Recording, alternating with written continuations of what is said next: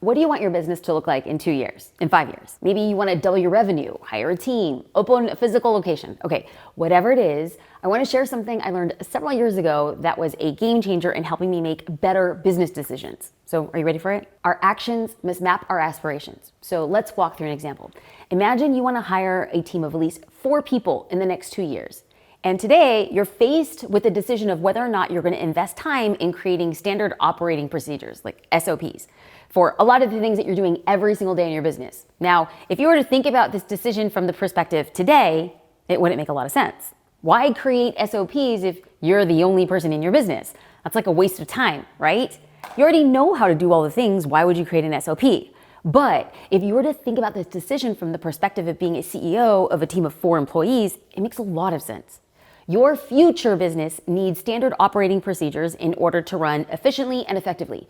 So it's well worth the time and investment to develop them today to run the type of business you want in the future. So a few years ago, I had a conversation with James Wedmore on my podcast, The Jasmine Star Show.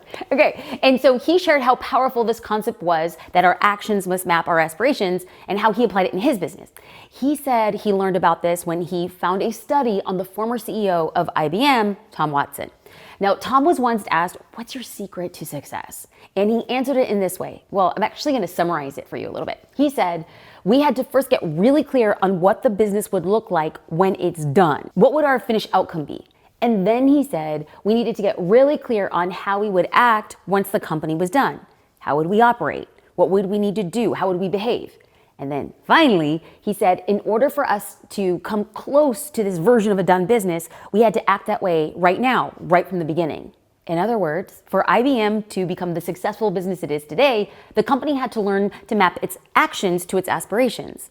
Now, let's practice this as entrepreneurs. Like when we do this, we move towards creating a business that we're dreaming of, and then we learn how to think like the leader that we need to become today in order to get what we want in the future. So what do you want your business to look like in 2 years or 5 years? Tell me just one thing in the comments below.